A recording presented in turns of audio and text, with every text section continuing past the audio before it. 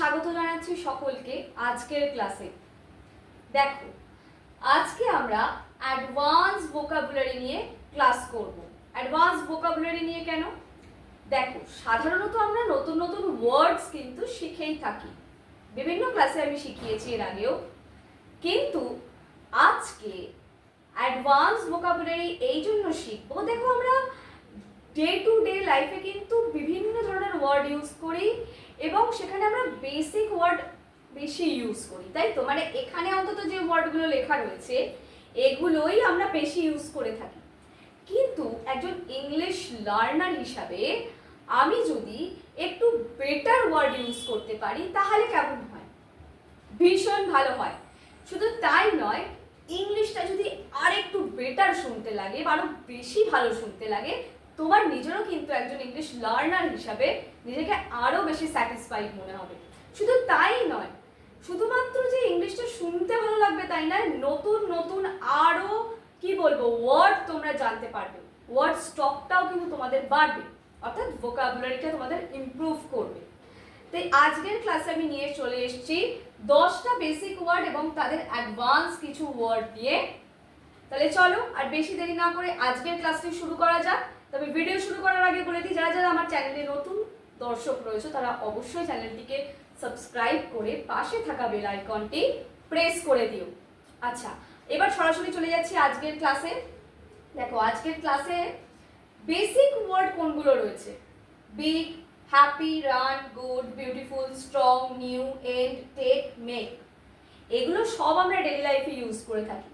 কিন্তু এর থেকে যদি আমরা একটু বেটার ওয়েতে যখন বলতে চাইবো ইংলিশটা, সেই ক্ষেত্রে কিন্তু আমরা এই অ্যাডভান্স ওয়ার্ডগুলোকে ব্যবহার করতে পারি। শুধু তাই নয়, এইগুলো যে শুধুমাত্র অ্যাডভান্স ওয়ার্ড, এই পার্টিকুলার ওয়ার্ডগুলোর তাই নয়, এগুলো আলাদা আলাদাভাবে তোমরা জানতেও পারছো যে হ্যাঁ এই ওয়ার্ডগুলো রয়েছে, এইগুলো আমরা ইউজ করতে পারবো। আমাদের ইংলিশ যখন আমরা শিখছি তখন আমরা নিজেরাও ইউজ করতে পারবো ইংলিশটাকে বেটার করার জন্য, আরো ওয়ার্ড স্টকটাকে বাড়ানোর জন্য। এইবার দেখো, ফার্স্ট ওয়ার্ডটা রয়েছে বিগ। বিগের অ্যাডভান্স হচ্ছে enormous, enormous. Okay, next one is happy. হ্যাপির হচ্ছে ইউফোরিক, ইউফোরিক। নেক্সট হচ্ছে রান, রানের হচ্ছে স্প্রিন্ট। নেক্সট হচ্ছে গুড, গুডের হচ্ছে এক্সেপশনাল। বিউটিফুল, বিউটিফুল আমরা সবসময় ব্যবহার করেই থাকি, তো তার জায়গায় আমরা একটু অন্যভাবে বলতে পারি স্টানিং।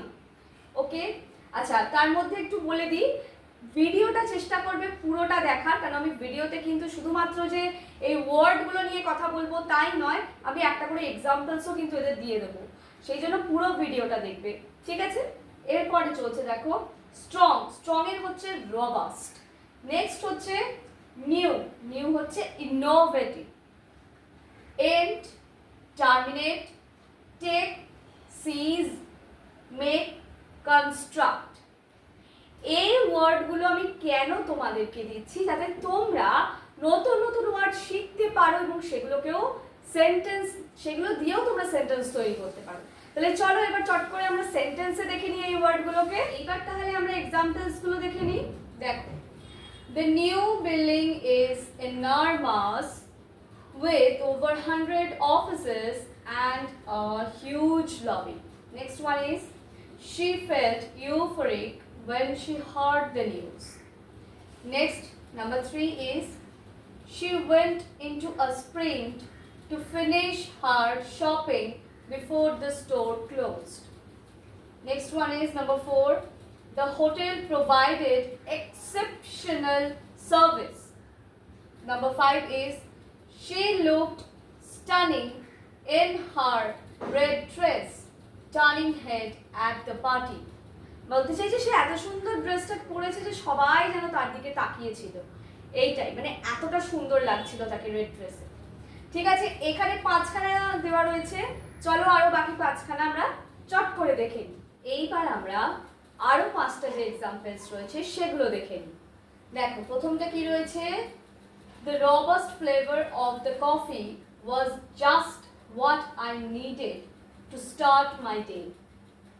Number 6 হয়ে গেল। বা number 7 is, she was an innovative thinker, always coming up with solutions. So number 8 is the contract will automatically terminate after 5 years. এখানে এইটা নয়, এইটা হবে হচ্ছে underline. আচ্ছা, next number 9 is the police seized the suspect's mobile as evidence.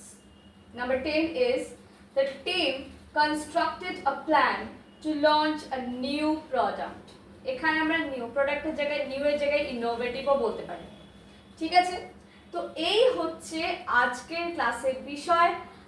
Vocabulary basic থেকে advance লেভেলে আমরা কি করে যেতে পারি ইংলিশে, তার একটা ছোট্ট কি বলবো লেসন এবং তার একটা ছোট রাস্তা দেখিয়ে দেওয়া। তাহলে আজকের মতন এই পর্যন্তই, দেখা হচ্ছে আবার পরবর্তী ভিডিওতে। ততক্ষণের জন্য ইংলিশ প্র্যাকটিস করতে থাকো।